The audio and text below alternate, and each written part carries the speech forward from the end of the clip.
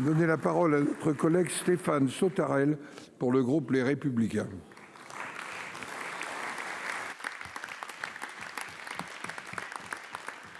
Merci, Monsieur le Président, Mesdames et Messieurs les ministres, mes chers collègues. Ma question s'adresse à Madame la Première ministre puisqu'elle fait suite à une déclaration du Président de la République qui impacte de nombreuses politiques publiques, de la question migratoire à celle de l'aménagement du territoire, de l'éducation nationale au logement. Le combat pour la ruralité, son développement, sa modernisation, son attractivité est au centre des préoccupations du Sénat sur tous les bancs de cet hémicycle. Alors que la reconquête de cette ruralité, qui a cruellement manqué de vision politique pendant des années, est aujourd'hui possible, nous avons été nombreux à être sidérés par les déclarations du Président de la République devant les préfets il y a quelques jours. En effet, le Président a proposé une meilleure répartition des étrangers accueillis sur le territoire, notamment, je cite, dans les espaces ruraux qui, eux, sont en train de perdre de la population et où nous devrons fermer des classes, vraisemblablement des écoles et des collèges. Dans ces régions, les conditions de leur accueil seront bien meilleures que si nous les mettons dans les zones qui sont déjà densément peuplées, avec une concentration de problèmes économiques et sociaux massifs, a-t-il ajouté. Je vous remercie donc, Madame la Première ministre, de bien vouloir préciser devant la représentation nationale votre vision de la ruralité, comme de l'immigration d'ailleurs, suite à ces déclarations et les intentions du gouvernement pour les mettre en œuvre. Y a-t-il des projets de quotas territoriaux? Y a-t-il un conditionnement du maintien des services publics à l'accueil de migrants? Si oui, lesquels? Je vous remercie. Pour vous répondre, la parole est au ministre de l'Intérieur, Monsieur Gérald Darmanin. Là, c'est Madame Cayeux, pardonnez-moi. Monsieur le Président, Mesdames et Messieurs les sénateurs, Monsieur le sénateur Stéphane Sautarel, la politique migratoire de la France, c'est l'un des axes prioritaires du ministère de l'Intérieur. Des débats sont d'ailleurs prévus dans les semaines à venir au Sénat et à l'Assemblée nationale avant la présentation d'un projet de loi par le ministre de l'Intérieur Gérald Darmanin en début d'année prochaine.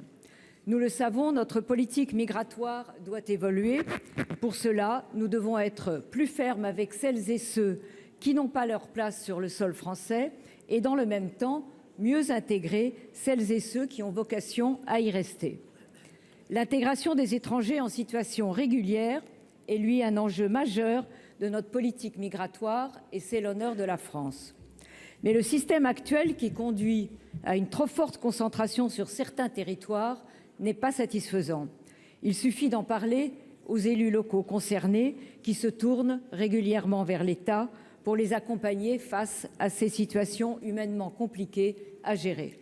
Nous devons donc mieux organiser les flux et les accueils de migrants pour mieux les intégrer.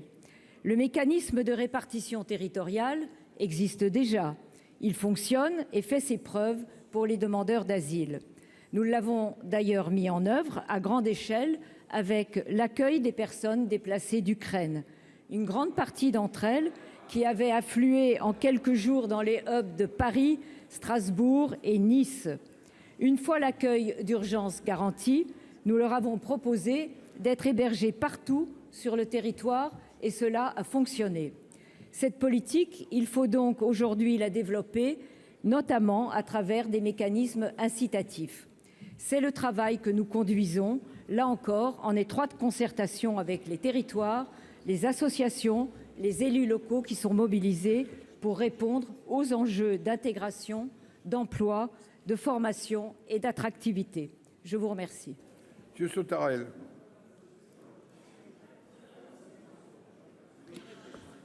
Je vous remercie, Madame la Ministre, mais je ne pense pas que vous ayez répondu à la préoccupation que j'essayais de vous faire partager. La ruralité n'est pas un sous-territoire, ni pour les immigrés, ni pour ceux qui y vivent d'ailleurs. Le problème de l'immigration n'est pas celui d'une répartition territoriale, mais d'un contrôle, d'une maîtrise et de l'application des textes. Notre ruralité accueille déjà de nombreux étrangers, et en particulier les réfugiés ou les exilés d'Ukraine, mais ce n'est pas du tout le sujet sur lequel je vous interrogeais. Et ceci de manière choisie et humaine. La ruralité n'a pas effectivement aujourd'hui le cœur en berne. Mais nous nous refusons à devenir une réserve où on les parquerait. Au moment où nous nous battons pour la prise en compte de quelques sujets majeurs pour notre ruralité, services publics, écoles, santé, eau, ZAN, nous renvoyer cette vision de la ruralité est cruel et méprisant. Il semble que pour certains, nous ne soyons destinés qu'à accueillir les migrants pour soulager les banlieues, vous l'avouez presque, et les éoliennes pour éclairer les urbains. La ruralité sous territoire de la France, c'est non.